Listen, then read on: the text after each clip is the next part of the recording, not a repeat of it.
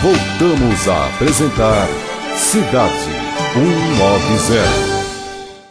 Bem, meus amigos, eu quero contar para você detalhes sobre uma operação da Polícia Federal aqui em Prudente. Esta informação já girou o Brasil, o mundo, inclusive nós fomos aí acompanhar tudo isso, detalhes durante a madrugada. Eu tenho aqui uma nota oficial da nossa querida Polícia Federal e eu vou ler essa nota na íntegra para você que acompanha nosso programa, para você entender. A questão do Pontal do Paranapanema é uma situação que vem se arrolando há anos, desde 1990, quando invadiram o Pontal e começaram com essa ação do Sem Terra.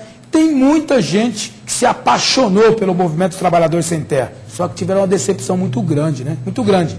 No começo era tudo bonito, tudo lindo, só que com o passar do tempo, você foi vendo que é utilização de massa de manobra.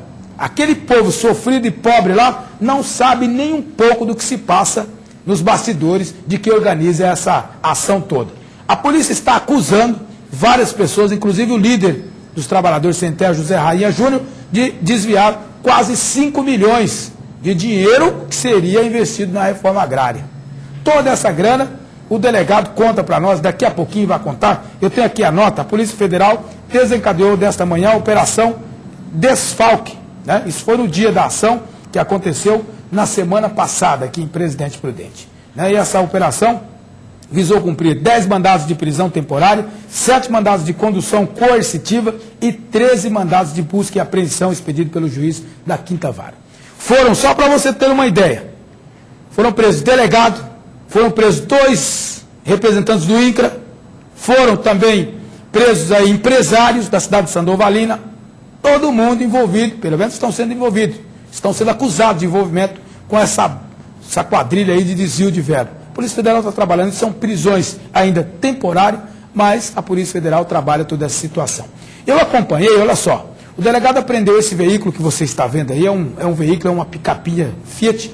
Esse carro é do José Rainha Júnior, estava numa oficina aqui em Prudente. A polícia foi buscar, ele está sendo investigado também para ver se tem a possibilidade de ter utilizado dinheiro público federal na compra desse carro também.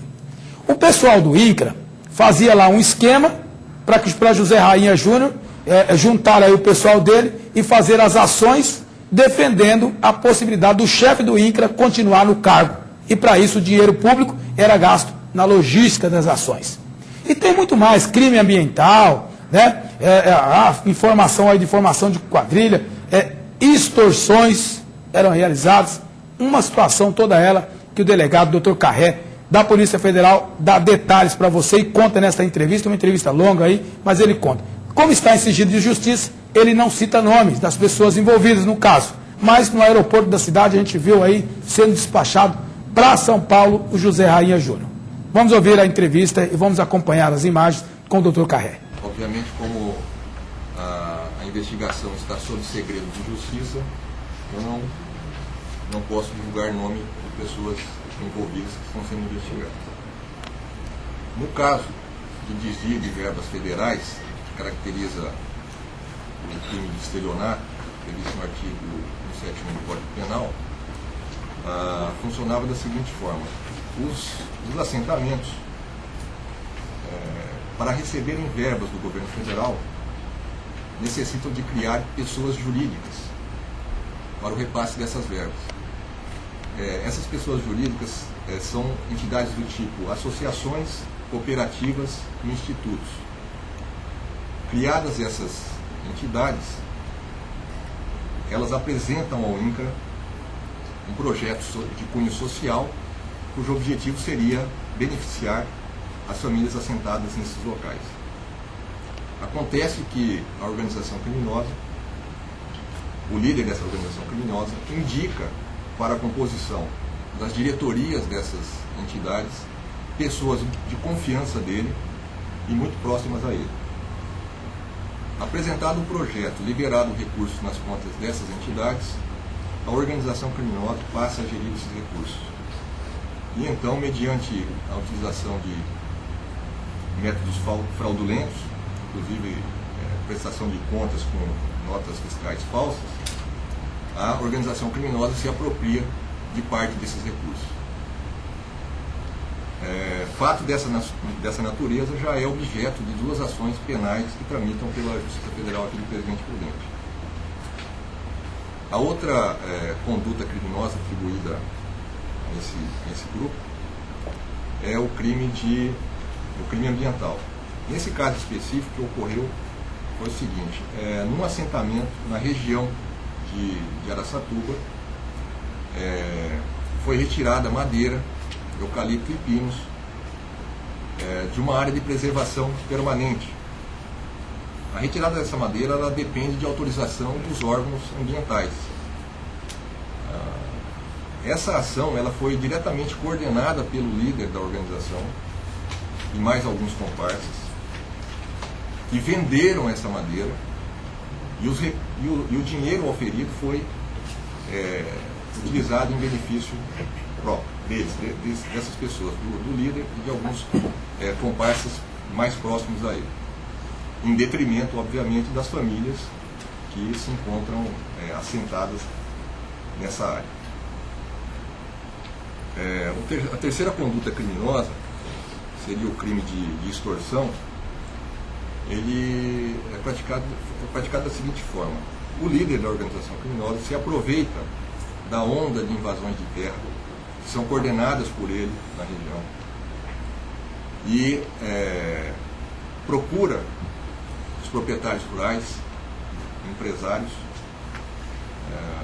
e sob ameaça de causar prejuízo a esses empresários e proprietários rurais, depois de invadida a propriedade, obviamente, ele exige o pagamento de determinada quantia.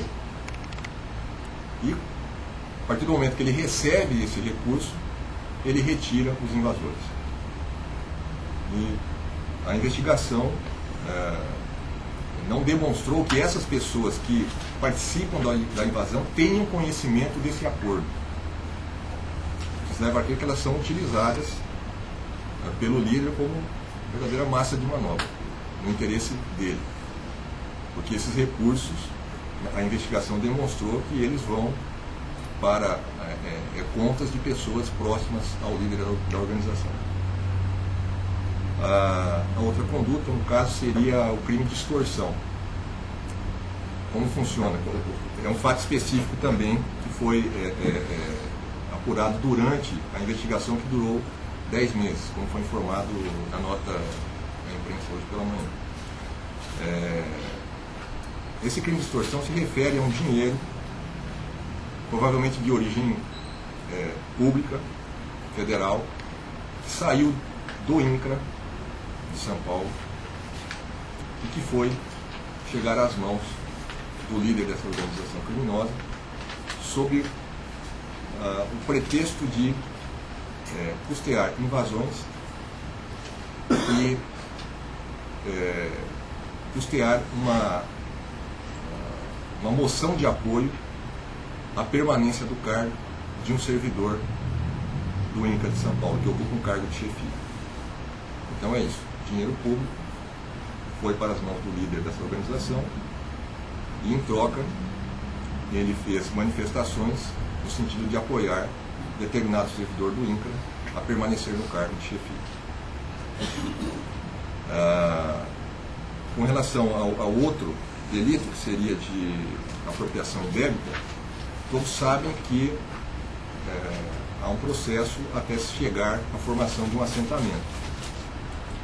E existem famílias que, no primeiro momento, são os acampados, aquelas pessoas que ficam à beira da estrada, em situação difícil, próximo de áreas que estão em processo de desapropriação para fins de reforma agrária, e por conta dessa situação precária, o governo federal fornece a essas famílias cestas básicas.